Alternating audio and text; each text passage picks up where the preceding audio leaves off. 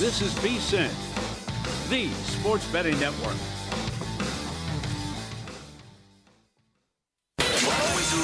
Follow the money. That's what I always say. You always follow the money. Yeah. This is Follow the Money with Mitch Moss and Paulie Howard on VSiN. Good to have you on board. Heavy Hoops here on a Friday live in Vegas. Circa Resort and Casino is the spot. Greg Hoops Peterson on the show coming up in 30 minutes. Thanks for watching on YouTube TV, listening on Sirius XM channel 158, iHeartRadio, TuneIn Radio, or any of our great affiliates. I'll give you the double revenge games coming up in a couple of minutes. Kevin Rogers will expand on this coming up in about 90 minutes as well. Crazy today with the results. But the game that's going on right now in the Missouri Valley, Illinois-Chicago is leading Murray State 56-26. The updated total now, live total, is 163.5. And that closed at 150 and a half today. And after Belmont and Drake went flying over by, 40 points, 30 points, something like that today in that game, that quickly now coming to a halt, much like the angle with Luke last weekend, where these games are now suddenly flying over and we're getting a little bit of regression now. All the threes are going in and the pace is frenetic. Not much you can do. Yeah, it's up and down the court. And that's what's, I said be careful with this one, and certainly Drake just had the game of their lives in the first one as well. So onward and upward, and don't forget to focus on the Summit League as well. One correction, I thought you were talking about the wild first period, but the games have still been solid. Okay. The first period run is cooled off in the first period. So I have it 8-1 now going back, double revenge. 8-1 ATS, 3-0 today. This goes back to yesterday, you mean? Yes. Yeah, because it was 5-1 yesterday. This week so far, before today's game's 10-7. But this morning, like before the show started, and this game going on right now qualifies, Drake was a double revenge game. Mm-hmm. They blew out Belmont. And generally we're going to be talking about just against the spread and covering. But Drake covered one big. Gardner-Webb, awful. High Point, good. Double revenge for Gardner-Webb. They covered. Florida Gulf Coast was double revenge against Lipscomb. I want to get the closing number here. It was Lipscomb 3.5, 4. Gulf Coast beat them 77-53. Never a game. And this game right now is also double revenge. And Illinois State closed a 1.5 point favorite. Illinois-Chicago. Illinois-Chicago. And they're up 58-36 right now. We have 10 more games to come yet tonight. There's a lot of teams like Belmont and Murray State. Liberty comes to mind as well. Not playing good ball down the stretch, and it's carried over into the conference tournament. I would fade Liberty, too. They lost again. By the way, Winthrop scored 12 points in 29 seconds to end that game and beat Charleston Southern. That reminds that's got to me be a record. 12 points in 29 seconds. That reminds me of, I think UNLV trailed San Diego State like 20 years ago on the road by 10 in the final 30 seconds, and they won the game. That led SportsCenter right after. Crazy. People are losing their minds here in the city. Games that are starting a little bit later on. This is a 5 o'clock Eastern. This is actually starting right now. My apologies. Stetson, Austin P. Now, P is a huge favorite. 12, total about 153.5. They're 21-8 on the year. Stetson, not great. 12-20. Double revenge for Stetson in that game. You have the Metro Atlantic, 6 o'clock Eastern, a team that we've talked about a handful of times going back in recent weeks on this show. And I have them 3-1 to win the conference tournament. And money on Sacred Heart, by the way. Merrimack takes on Sacred Heart at that time. Down to 6.5 point favorites now. That's double revenge for Sacred Heart. Didn't Richie Baccellieri tell us yesterday that he took Sacred Heart at a huge number to win this tournament? I believe he did.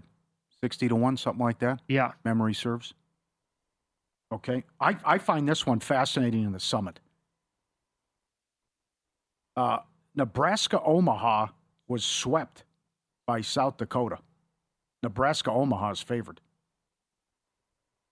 Much like in the game going on right now. And this was a bigger number, though. This was 3.5. Now it's 2.5 at DraftKings. So that's a double revenge with a bang right there.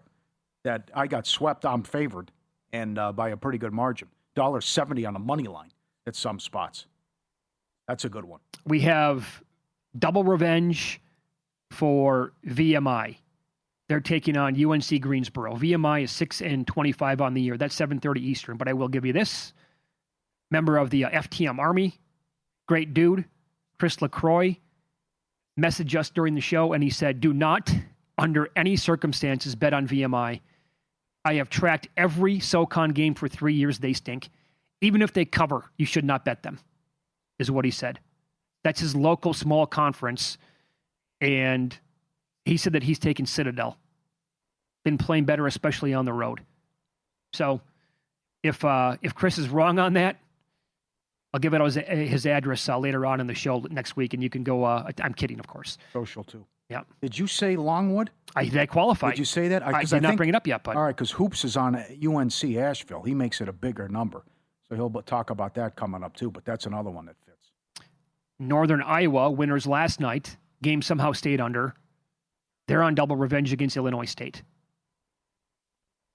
Fairfield, double revenge, St. Peter's.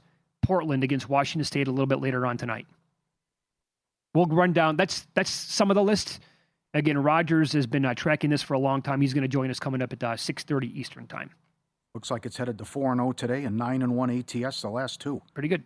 All right, that's a good angle. Keep following that. Excellent. And these unders, again, updated numbers on the Summit League. All 3 games have gone under so far in the Summit League tournament. 16-3 the last 3 years. 154.5, bet down to 149 in the Nebraska-Omaha game. And then Denver and North Dakota, 166 down to 160. Which it flips, right? It's a historically great high-scoring league in the regular season. Mm-hmm. Then it flips in the conference tournament. And the big boys got there yesterday, advancing to the semis, but both games stayed under. So, but this is a whole different ball game compared to the Valley, though. You got sky-high totals. So, yep, those are the current numbers now. I'm looking 149. The last time Denver played North Dakota, it was on the road. Denver got them 98-79 in that game. And the time before that, it was 93-86. So both those games in the regular season flew over the total. I will remind people that this is a conference that has done well, either winning games outright or throwing good teams for a scare in March Madness. If you don't recall, the Summit League. Remember, it was, first of all, Peterson was coming up in 20 minutes here on the show. Hoops famously gave out Oral Roberts not only with the points. When they were a 15 seed against Ohio State a handful of years ago, the Buckeyes were playing scorching hot basketball, right? They were one of the best teams in the country. He said Oral Roberts is going to beat them. A guy walked into William Hill right before tip, I think, and bet 6 figures on Ohio State on futures. Final, I think, to win the region and to win it all. Yeah. He was bounced in the first round, 20, 40 minutes late, whatever, hour later. Incredible. And then they won another game, so it was no fluke. So you're right about that, how the league has done over the years. By the way, so I think this is going to be about in an hour from right now. I know we're throwing around a lot of times, but appointment TV and appointment radio here today. I'll give you one number tomorrow on the schedule. Have you seen Duke, North Carolina yet? Yep. Wilson now out for the year. But I saw a number before this was announced that he was out for the year. I can't believe it, considering Duke lost to him in the first game. A rivalry game, everything, and it's not like Carolina's bad. Yeah, so the first number that I saw was Duke 15.5. Caesar said, sit down, pal. And why don't you make yourself a cocktail? They put up 17 on Duke. 17. Is that a big enough number for you to grab the Tar Heels? 17.5. Duke, wow. Duke is down to like plus 260 to win the whole thing. That's $1 short of where they were at this time last year. And that team was loaded to the... But again, I will point out, Mike Palm said yesterday, he reiterated today during this blackjack tournament here at Circa, that they have Duke with a higher power rating right now than last year. And I really firmly believe that the title is coming from one of 4 teams this year, and that's it. How about Kentucky, down to 6.5 at home to Florida? They played Florida well the last time they met. Yeah. And remember, Florida has been the second half machine now, pretty much going back to last year. The last time they didn't cover, and in fact, Kentucky played them dead even, was in that game. That was 93-84. Florida got them the first time. That was in the Schwamp, and now it's at Rupp tomorrow. So I also do not want to get in front of this freight train known as the Florida Gators. Just can't do it. So if they win out, I've made my point on this before. I know that they have, 6 losses. UConn has 3. If Florida wins out, UConn wins out. Is UConn the 4th one? They going to use head-to-head? How much does that factor in? I'm sure that will come down to it a little bit. You hear from your source, Miami of Ohio source? I'll reach out to him soon. See what he says about what's going on in the building? The game's 9:30 tonight? 6 Pacific. Okay. Down to 4.5 at DraftKings. 4.5. I want to see if it's more of a home atmosphere, home environment. With the spring break and maybe Ohio kids aren't there and Miami of Ohio takes over the gym. See what he says inside the gym. Yeah, he alerted us to that last week. A 4.5 at DK now. Yeah, it's a quick trip.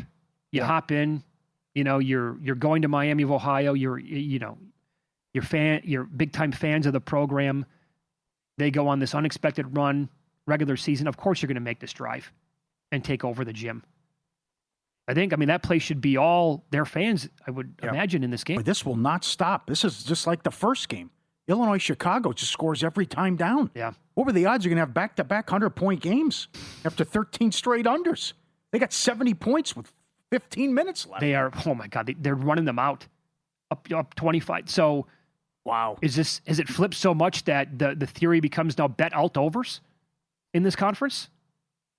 No, these are 2 outliers. These are 2 teams that get up and go. Belmont can score. Great shot. They had the game of their lives, and Murray State plays up and down. I think it's going to correct itself at the next 2. NBA next. I'll give you a player who has gone over this number in 7 of his last 8 games. Coming up on Follow the Money. It's VSiN, the Sports Betting Network.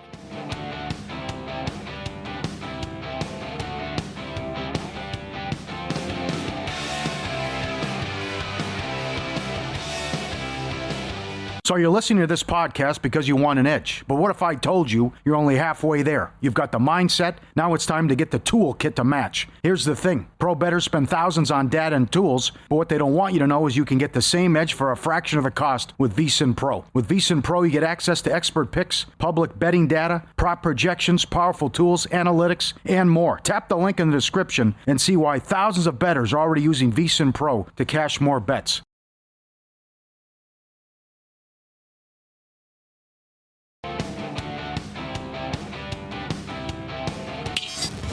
This is Follow the Money on VSiN. Greg Hoops Peterson on the program coming up in 15 minutes. His best bets with analysis on tonight's card. And we'll ask him about the marquee games in college basketball tomorrow as well. You think Charlotte is the biggest talking point tonight in the NBA? Because we do have Dallas and Boston. You get Tatum's return. Flake came back last night, and you get the Knicks Denver. Expand on your tweet from the other day that you're here for everything Charlotte related. Oh, because I have them. I have them. You name it, I have them. No, but do you believe it? I do. I believe it. Yes. Yes. So now, run down division. Do you have conference? I do. 125-1. I have division at 150 and 250-1. Okay. Started 4 and 14. Yep. I have playoffs all the way from 11 all the way up to 14-1. I have play-in at plus $4, maybe a little bit higher than that. Tough thing is you can't maneuver right now division. Can't do anything about it. I got to let this one play out. I don't think they're awesome, and I'm here for it. I don't think they should be the favorite because they're 3 games behind Orlando in the loss column with 20 to play. The argument though is they just boat raced OKC and Boston both on the road, and best team in the league since January 1st with all the metrics and record wise and how dangerous this starting 5 is. Yeah. So I'm a little afraid tonight. It's a big number now all of a sudden. Yeah. This is an all-time letdown spot, too. No right. doubt. Everyone's been pumping their tires after that performance. One thing to beat Boston, but they embarrassed them, and it was over early. So I think it's the biggest story going right now. Hope they keep it going. But then, I'm looking at the schedule during the break. This is a team much like San Antonio, based on how they're playing, and that they could finish 17-3, something like that, and so 16-4, and then that will get it done. And there's no way Orlando's catching them. And how great they've been. So, but the other thing is the numbers here. It's the second longest streak in NBA history. 6 straight wins by 15 points or more. Can you believe that? It's no, I can't. The bad boy, not the bad boy. The Ben Wallace Pistons have the record. You also have the run where it's a 16-2, 15-2 ATS run. Also, what they're doing, and then the offensive efficiency, and defensive efficiency rating, and net rating, what they're doing as well since January 22nd also. Plus 30 when those guys are on the floor. So between that, young team, cocky, they believe, and it's good for them with a organization that's won nothing and moved, and then you get them back, and they haven't had any postseason success or anything to celebrate for 20 years. So good for them, and hopefully they at least get in, and we're not even talking playing, that they could get like the 6th seed and catch Philadelphia. That's in range too. So when you go all the way back, before they were getting popular, I got them their win total over 24.5 at even money. Remember, I love them. Yeah. And Isn't that low? What I said earlier in the show? It's 43.5 at Caesars. right now they have 32 wins. So they have to finish, 12-7? Is that what it would have to be? Yeah. I encourage the viewers to take a peek at the schedule, which you're not going to be scared anyways, because what they've done. The other thing that would bother me today, worry me, they're much better on the road. Yes. Their A game, we have seen their A game in the road games. So that's also maybe a letdown too with the home folks. 43.5, yeah. 43.5 at Will Hill Caesars. And then you look at the schedule, and based on they've been the best team in the league since January 1st, I think that's a bet to be made on Charlotte. If Orlando had lost that game last night, it would have been a big one. Yep. And the number might be a little bit shorter on them to win the division right now. But they have to have this one tonight. I mean, this is so big. They don't have many division games left. So in a spot like this now, in order for those other bets to come in, because, man, we're talking about a double, triple whammy here with multiple bets at 11-1 or higher to make the playoffs, and then division bets to hit all of those would be humongous. And so, I'm a little bit scared. I'm a little bit hesitant. And, oh, by the way, now I know that they're playing the best basketball in the league for 2+ months now, but the first two times these two teams played, the Heat were favored by 6.5 and 7.5, and they blew out Charlotte both times. Now, you can come back right away and say, yeah, dummy, that was also in October and early November. So, and That's the Heat what I will say, dummy. Yeah, good. Yeah, it's a long time ago. Thank you. Who cares? It's a whole different team now. Whole different animal. Look at that, by the way. 41-22 against the spread on the year. That is the best in the league on top of it. And plus that lineup. Well, no one talks about this. The acquisition of Kobe White was huge. The Bulls just let him go. Mm-hmm. That's a great, because that guy can fill it up too. So they got several guys that can score, and in addition to what this starting five has done. Oh boy, with this death lineup part two. Are you worried about Knippel tickets now? With Flagg coming back, I never hedged on Knippel. His numbers are going to be there if he plays. Yeah, because he shoots so damn much as well. I mean, yeah, Flagg took 22 shots last night. Here's why I have to be a little bit worried, and I don't plan on hedging unless Knippel gets like a $7 favorite and Flagg is still playing. I might. Who knows? I'll need more context in that, but you have to always be a little bit worried when it comes down to voters. I don't know. If the season ended right now, who would you give the award to? Because I would say that I'll try to be as realistic as possible. Flagg would absolutely have a great case to win it. But I don't know if I could give it to him. Mm-hmm. Knippel has been, the numbers that he is putting up. Well, it's not Flagg's fault, but also missing all these games lately, too. That hurts, yeah. That's tied into it. Yeah, and when we get down to the end of the season, how many, I think, games played is important, too. Yeah, the other guy playing tonight, by the way, yeah. I'm not betting Tatum over. I don't think you can. God bless you. If you have a strong opinion on this, go for it. But I don't know how you can have a strong opinion on anything Celtics related here. Yeah. With Tatum props and Celtics. Because what's this going to look like? We know he's one of the best players in the league, but he was gone for so long. And then how many minutes does he play? How many shots does he play? Or does he take? There's good stuff up at DraftKings. 20 points, 5 boards, 5 assists is 24-1. To have a triple-double at any point the rest of the year is 10-1. 8 made threes or more in a game is up there as well. And then they got all numbers here for his debut tonight. But this is going to be difficult about how many minutes does he play? What is it? Does he go over 12.5 points? And then what does it mean for the team, not only tonight, but moving forward? Because they have to adjust too.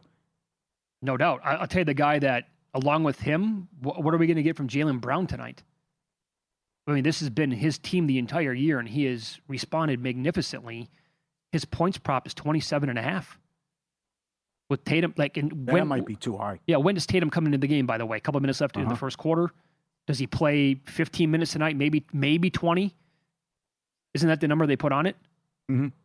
So I just, Brown's going to be that big of a, like the usage rate with him taking that many shots to get to 28 points. I don't know. That feels like an awfully high number. So does the point spread, quite frankly. 14.5. And, so some of these guys are going to be playing for Dallas now in the game. Brandon Williams is back. That's good. Yeah. He missed the last game. I would look for him to go over his points prop. It's low, and he's been filling it up and going over on a regular basis with his points prop for the Mavs. And 2 bad spots tonight. Let's see if it works out. I think the Knicks should be higher than the 1.5 in Denver. Denver off the big win last night at home against the Lakers. Short turnaround, and the Knicks are sitting there waiting for him. The Knicks are playing good ball. And the Spurs off the huge win. I'm not worried about the Spurs. I'm worried about Denver from that standpoint because the Spurs are young and they're better than the Clippers. That was a great performance to shut down Detroit last night. But what do the Rockets have in the tank? They have to go, not only lose at home, but they go to overtime and get beat against Golden State. And now Portland comes in arrested, even though there's some down. Avi is not playing and Sharp's out too. But we'll see what Houston does, how they treat this. Probably the total's too high at 220.5 in the Rocket Blazer game. I mean, my God, can we expect a bounce back from the Rockets? I would think you almost have to, because that was a pathetic loss last night. How do you put up that? By the way, Golden State was a better team the entire time. Mm-hmm. How do you play like that against Golden State in their recent form and how many guys they're down, and you're at home and you have basically a full complement of players and you play like that?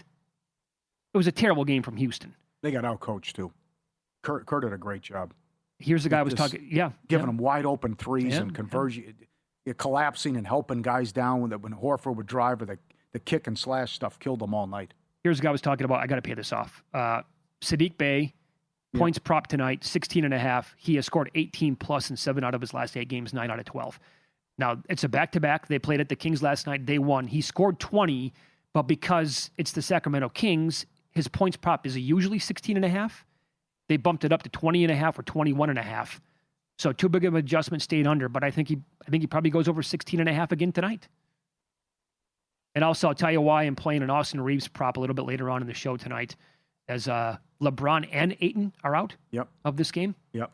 Hard to do what Ayton did last night. I think they're outscored by 13 points in the 4 minutes he played. Juice Reel links all your sportsbook accounts, imports your bets, and gives you automatic tracking and analytics, and it's completely free. In the app, everyone's bet history is synced directly from the books. No faking stats, no line about profits. You're as good as your record says you are. Juice Reel ranks every bettor. And if you're the sharp bettor, you get paid when others follow your picks and win. The days of Capper's Line are over. Download Juice Reel free today. Get it, Juice Reel, R-E-E-L, Juice Reel. It ranks every bettor. Go get Juice Reel. Greg Hoops Peterson next. Best bets and analysis on tonight's card.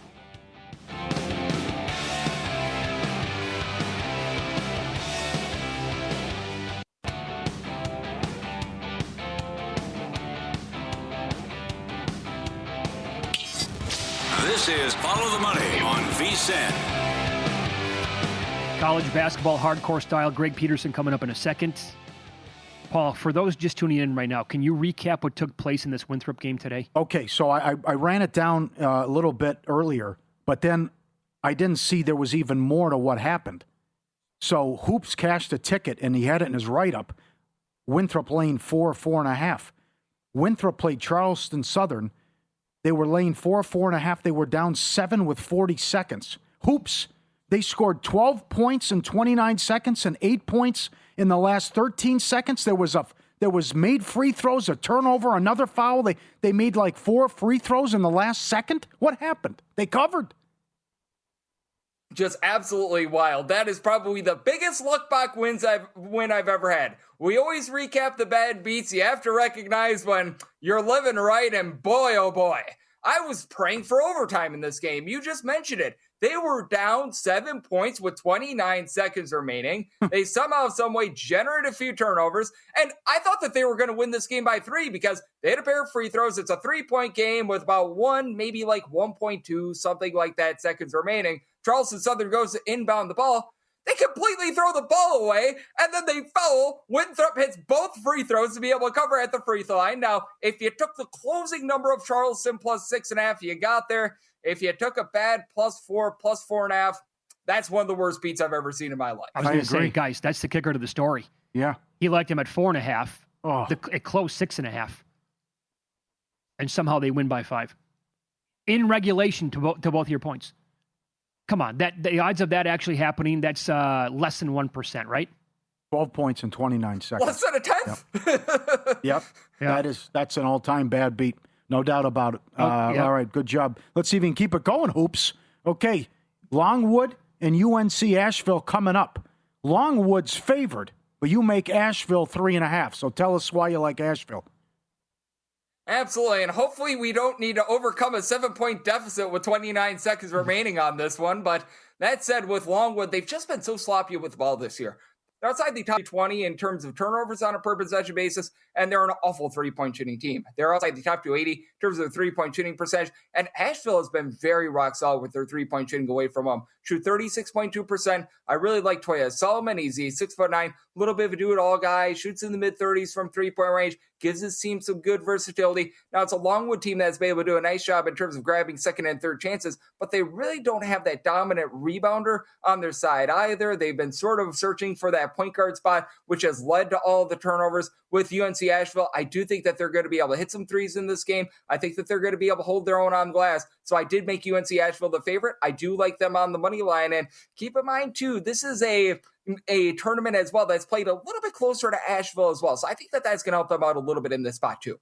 Okay. Also, this is 6 o'clock Eastern, so coming up at the top of the hour, about 27 minutes from right now. What's your play with Northern Illinois and Akron?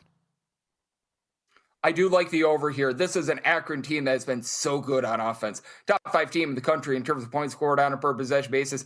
Northern Illinois is not great on defense. They are 296th in terms of points allowed on a per possession basis. Now, Northern Illinois, very sloppy with the ball. They're outside the top 350 in terms of ball security. Akron, neither here nor there in terms of generating turnovers. And it's an Akron team that does rank outside the top 100 in terms of points allowed on a per possession basis. So they do leave a little bit of something to be desired on defense. And it's an up-tempo Akron team. They're a top 65 team in the country in terms of total possessions per game. Going to be able to get a lot of scoring opportunities. This was overnight a 154.5, which I really like. I personally made my total more around 159, 159.5. So even with this going up to 156, I think that you've got some solid value here for this over. Game of the night, Miami of Ohio in Ohio.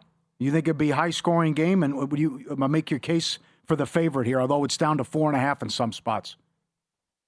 Yeah, very surprising. This was 5.5 overnight. Now we're seeing 4.5 to 5, like Miami of Ohio even more, because the three-point shooting disparity is big in this game. Miami of Ohio is a top 30 team away from home, shooting over 37.5% from three. Ohio's outside the top 330. They're shooting right around about 30% from three-points for the season, and they don't guard the three either. Their three are in 25th in terms of opponents' three-point shooting percentage. Now, you thought that for Miami of Ohio, their point guard and Skolczak might be missing for a little bit of time, got injured over the weekend, was good to go on Tuesday. So Miami of Ohio was able to dodge a little bit of a bullet there. And truth be told, it's a Miami of Ohio team. If they are lacking in one thing, it's the offensive rebounding. They're a team that really doesn't grab a lot of second and third chances. It's an Ohio team, though, that they themselves are outside the top 200 in terms of rebound percentage. Other than Aiden Hadaway, you really don't have a lot down low for Ohio. And with Miami of Ohio being the much better perimeter team, both in terms of taking care of the ball and making threes, I think that you get a high-scoring game with a Miami of Ohio team that's in the top 50 in terms of total possessions per game. So like the over and Miami of Ohio laying that 5. So you're not afraid at all that the team might be a little bit tight, knowing that they could accomplish this? It's not very often we get an undefeated team in the regular season of college basketball. Doesn't matter the conference, but no nerves tonight, you think, for the players? I think it really goes both ways. Are they going to be a little bit nervous? Probably, but they're probably going to be also very motivated to try to prove a point that, hey, you keep saying that we're pulling out these close games, because keep in mind that Western Michigan game was a life or death game. Even that game against Toledo, they got off to a nice, comfortable lead. They don't cover that spread. I think that they're going to really try to be able to prove a point here. So there's a little bit of nerves, but there's also a chip on the shoulder as well. So I think it balances itself out. VCU, Dayton 1.5. You make VCU 3.5. Yep, I do like VCU here outright on the money line. I was seeing them as an underdog, and with VCU, I think that they're just really able to take advantage of the kryptonite of Dayton. That's giving it up from 3-point range. You're outside the top 250 in terms of opponents' 3-point shooting percentage. Dayton has really been living on turnovers this year. Top 10 team in terms of turnovers generated on a per possession basis on defense. VCU has been pretty solid in terms of taking care of the ball, and it's not a Dayton team that does a great job on the glass. In terms of percentage of missed shots to become an offensive rebound, they're outside the top 265 in the country. Other than Emil Latang, you really don't have a lot down low. It's a VCU team that's a little bit more of a whole is greater than some of its parts sort of team that does shoot it well from three. They shoot over 36% from three, right around the top 50 in all of college basketball. Dayton's actually taken a bit of a step back. They are outside the top 200 with their 3-point shooting percentage, and that's really been the main weakness for this VCU team. So with VCU, I feel like they're the unrightful underdog here. I took them out right on the money line at a plus price. All right, very good. Follow the money here on VSiN, the Sports Betting Network. Greg Peterson, our guest. He's on the Progressive Guest Line. You can follow him on X at @GUnit_81. He is the host of the Coast to Coast Hoops podcast right here at VSiN, and you get his write-ups every single day at vsin.com as well. So in league play this year, Penn was 11-2 to the under. They take on Brown tonight. What do you make of the total? Yeah, I was seeing this total above 140, and I had to take the under in this spot. Like with this Penn team, they're a team that shoots really well from three. They are a top 20 team in terms of their 3-point shooting percentage.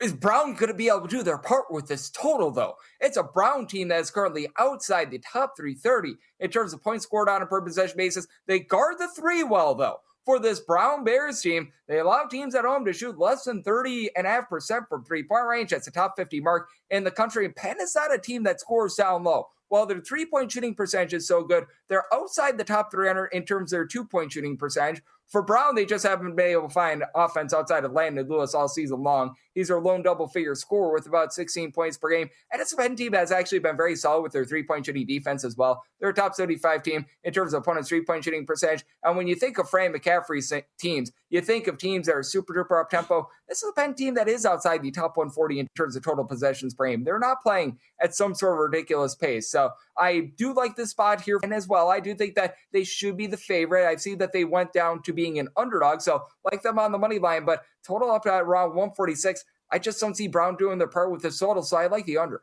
How about UNLV San Diego State? This is another game that I took an under on. With both of these teams good in terms of generating turnovers, UNLV in games played away from home actually 28th in the country in terms of turnovers generated on a per possession basis. San Diego State just all around has been a top 25 team with this respect as well. With UNLV, they have been sloppy with the ball all season long, and they've had a little bit of a tough time executing down low. I will say Dre Gibbs-Lawhorn has been a machine here in conference play. He's shooting like 45+% from three in Mountain West play, but San Diego State has been a rock-solid defense with that respect as well. Overall, top 45 team in terms of points allowed on a per possession basis. UNLV playing up tempo, top 65 team in terms of total possessions per game, but both teams as well have had their turnover issues on offense, both outside the top 180 in terms of ball security. So that total is now down to about 153.5. Still think you've got a little bit of wiggle room for that under. One other game tonight, 9 o'clock Eastern, 6 o'clock out here on the West Coast. You think that Seton Hall can maybe win this game against St. John's tonight? What do you make of the total here? This is a game that I think is so intriguing because you've got a Seton Hall team that has not been able to shoot to save their lives, but they do such a great job giving themselves second and third chances. 37% of their missed shots become an offensive rebound, and I think that that's going to keep them in this game. I was seeing this before at 5.5, went down to 4.5. I personally did take the points with Seton Hall, and for St. John's, this is a team that's absolutely looking to gun it right now in terms of total possessions per game. They are in the top 35 in the country, and if you think that this game is going to come down to the point spread, which I think that it's going to be close enough for that, you get the late fouls in this game as well. The total's right now sitting at 136.5. Felt like it should have been closer to a 139.5. So I like the points here with the Seton Hall Pirates. Send them in on that total over. Very good. Great stuff, Greg. Hang tight. You're going to stick around for one more segment. We have to get into the loaded schedule tomorrow. Great games across the board in college basketball. And What do you do? Duke's been absolutely mashing everybody. Now they're laying 17.5 against North Carolina. Is that too many points? We'll ask Greg coming up next.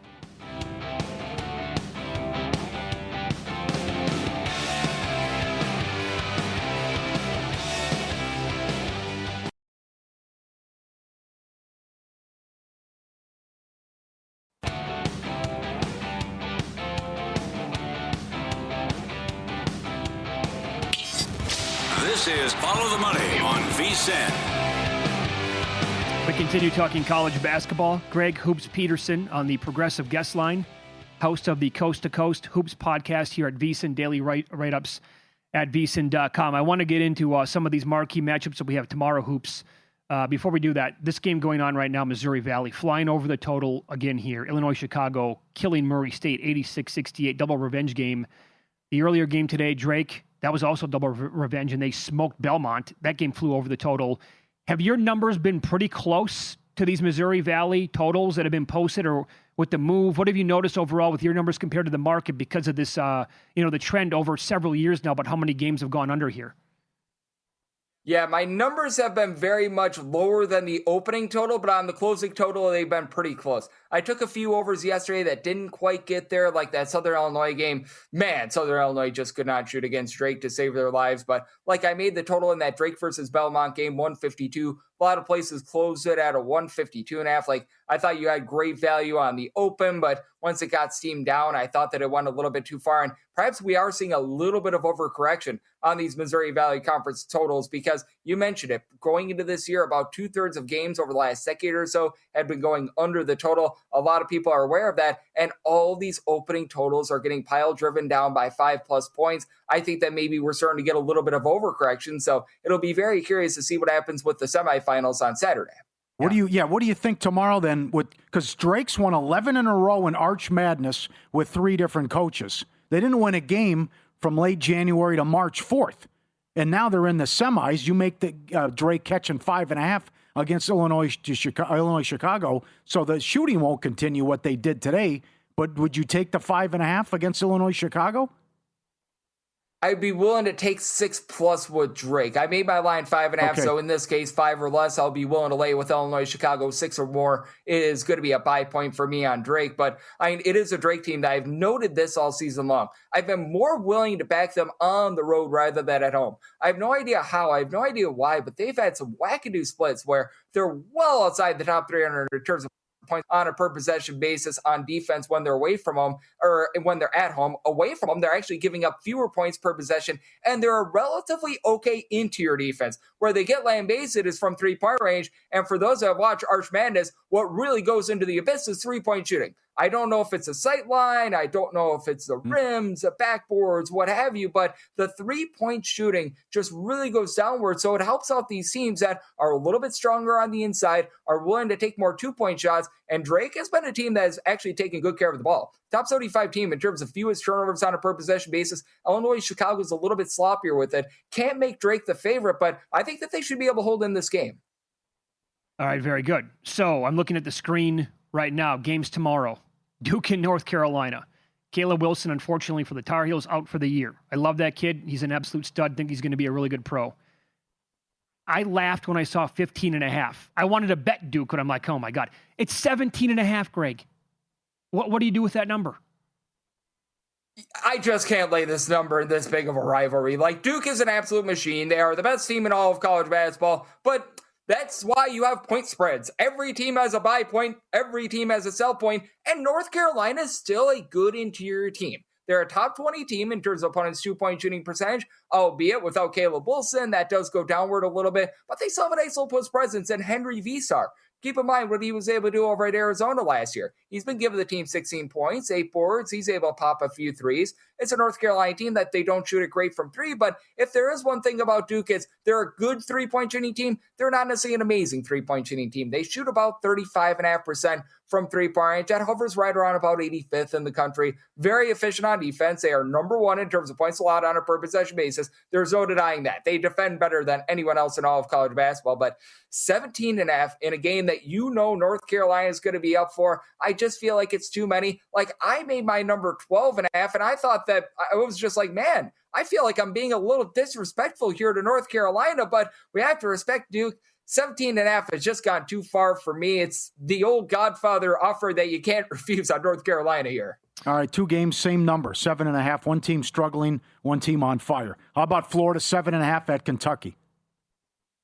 This is one where I'm going to be willing to take the points with Kentucky. I set my line at 5.5, so I certainly do think that Florida deserves to be the favorite. I just still have a little bit of question mark with Florida and that backcourt play, because with Florida, they're still outside the top 300 in terms of three-point shooting percentage, and that's why I feel like they might have the highest ceiling of any team in all of college basketball. They are having all the success that they're having with having absolutely no three-point shooting whatsoever. Like, if Boogie Flan can figure it out, and he's looked better over the last few games, if he can be the Boogie Flan that we saw in the NCAA tournament last year, look out below, because Florida has a lot of talent. They do such a great job down low, but you do have a Kentucky team that saw as Malachi Moreno is able to grab some boards. I know that guys like Diabate and company were dealing with some injuries, but I do think that Ortega Owe has been able to find a little bit of something as well. Rupp Arena is still a very good arena, so I am going to be willing to take the points here with Kentucky, as I did make them a 5.5 point dog, so willing to take the 7. Why do you want to back Purdue laying 7.5 against Wisconsin, especially they've lost some big games at home? Yeah, it's been rough for Purdue, to say the least. But is there a more volatile team in all of college basketball than Wisconsin? Like, this is a Wisconsin team that went on the road and they knocked off Michigan, and then they laid a big giant stinker against USC at home. Like, this is a Wisconsin team that takes over 50% of their field goal attempts from three-point range. If they're hitting them, they might win this game outright. If they are missing them, they might lose this game by 20 points. And I think that Purdue is a little bit ticked off over what has happened over the last few games. I think that they've got a nice edge down low with Trey Kaufman-Renn, along with Oscar Clough, give you 16-plus rebounds per game. It is a Wisconsin team that doesn't do the world's greatest job in terms of guarding the arc. And for Purdue and all the issues that they've had, they're still a top 3 team in the country in terms of points per possession on offense. Going to be looking to play relatively slow and control, but I think that this is a good bounce back spot for Purdue at Mackey Arena. Louisville is favored at Miami by 1.5. Your thoughts on that number, and your thoughts if they're awesome, talent. Brown's so good, he's going to be a very high pick in the NBA draft. Do you think he's going to play in the game? Well, if he doesn't play in the game, it's going to be a little bit of doomsday. I'm sort of half in, half out on them. I think that he plays, but I don't think that he's going to be fully 100%. I personally made Miami the 1.5 point favorite. I think it needs to be noted that Louisville's another one of those teams that they just hoist up a whole bunch of threes. This is a Louisville team that they take over 52% of their shots from three. That is a top 5 percentage in all of college basketball. And for Miami, they do give it up quite a bit from three, but Louisville just doesn't shoot it the same from three-point range when they're away from the KFC Yum Center. And for Miami, they're a really good rebounding team. They don't allow you to be able to get second and third chances. And for Miami, Malik Reneau, I think, is one of the most underrated players in the country. 18-plus points. He's able to give you 7 boards. He's able to pop a few threes as well. It's a Miami team that has stunned a lot of people. You have to have a little bit of pause with this Miami team in a late spot because they don't necessarily shoot it well at the free throw line, up below 70% at the charity stripe. But I do think that with the way that Louisville just hasn't been the same team on offense away from them, and you mentioned it with that Brown injury, that is a big deal for Louisville. I decided Miami's a 1.5 point favorite. Yeah, I'm surprised Louisville's favored there. And also, what about this now with the narrative flipping now and Auburn being out of the tournament according to a lot of people and Miami securely in the way it seems. They're on the road and got to have a game against their arch nemesis, Alabama. They're catching 8.5. The first time they played, it was 96-92. Total in this game is 176.5. Did you have a chance to dive into that game yet? I did. I'm going to be willing to take the 8+ here with Auburn. As I said my line, I just don't think that Alabama plays good enough defense to be able to cover this number. Like, the best defense Alabama plays, I don't know if you saw the viral video of them playing 5-on-4 for like 15 seconds against Georgia. That was like the one possession where they played defense the entire game, which I thought was hilarious. But with this Alabama team, they don't necessarily allow you a lot of good, clean looks, but they just don't put you under duress. And the reason why I think that Auburn is going to be upholding this game is the one thing that they do a great job of is being able to grab second and third chances. That allows them to be able to get to the free throw line. That allows them to be able to get points with the clock stop.